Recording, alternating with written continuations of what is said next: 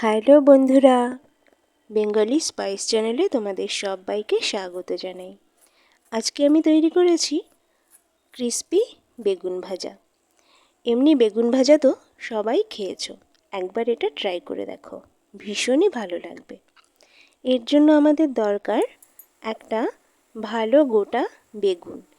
এটাকে আমি প্রথমেই গোটা অবস্থাতে ধুয়ে নিয়েছি। এরপরে পেছনের অংশটা বাদ দিয়ে 1 ইঞ্চি মতো পাতলা পাতলা করে এটাকে আমি কেটে নিচ্ছি।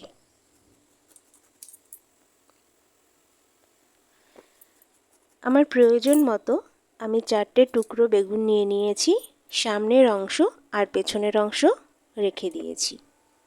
এবার মশলাটা তৈরি করে নেব। এর জন্য নিয়ে নিচ্ছি 1 টেবিল চামচ রোস্টেড বেসন। এখানে বেসনটা রোস্ট করে নেওয়া ভীষণই জরুরি। নিয়ে নিচ্ছি 1 চামচ সুজি গুঁড়ো, মিক্সিতে সুজিটা গুঁড়ো করে নিয়েছি। পরিমাণ মতো নুন নিয়ে নিচ্ছি হলুদ গুঁড়ো আর লঙ্কা গুঁড়ো, স্বাদ মতো চিনি নিয়ে নিলাম। চিনিটা তোমরা যদি না দিতে চাও না দিতে পারো। আর দিয়ে দিচ্ছি এখানে ম্যাগি মশলা। এই জায়গাতে তোমরা কিন্তু চাট মশলাও ব্যবহার করতে পারো। এবার সমস্ত গুঁড়ো উপকরণগুলি একসাথে ভালোভাবে মিশিয়ে নিচ্ছি।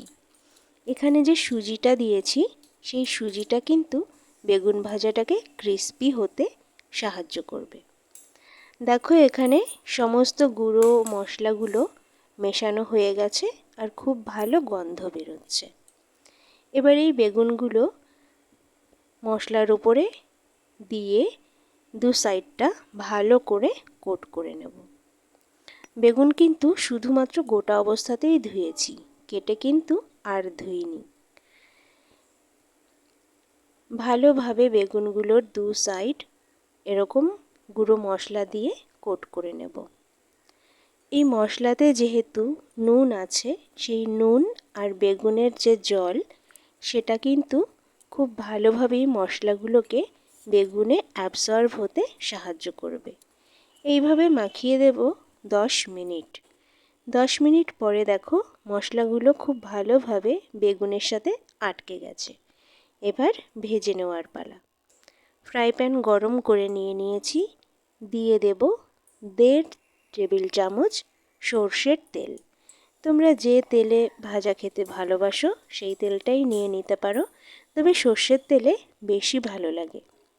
আর এইভাবে মশলা দিয়ে বেগুনটা ভাজলে কিন্তু বেগুন ভাজতে তেল খুবই কম লাগে। তোমরা যারা জিরো অয়েলে ট্রাই করতে চাও তারাও কিন্তু এটা করতে পারো। নর্মাল বেগুন ভাজলে তেল কিন্তু একটু বেশিই লাগে আর এটাতে কম লাগে। যারা ফ্রাই প্যান ব্যবহার করতে চাও না তারা কিন্তু রেগুলার কড়াইতেও ভেজে নিতে পারো। দেখো এখানটাতে লো টু মিডিয়াম ফ্লেমে আমি বেগুনের একটা সাইড ভেজে নিয়েছি। এবার বেগুনগুলোকে উল্টে দিচ্ছি। রেসিপিটি যদি তোমাদের ভালো লাগে তাহলে লাইক কমেন্ট শেয়ার করো, সাবস্ক্রাইব করে চ্যানেলের পাশে থেকো।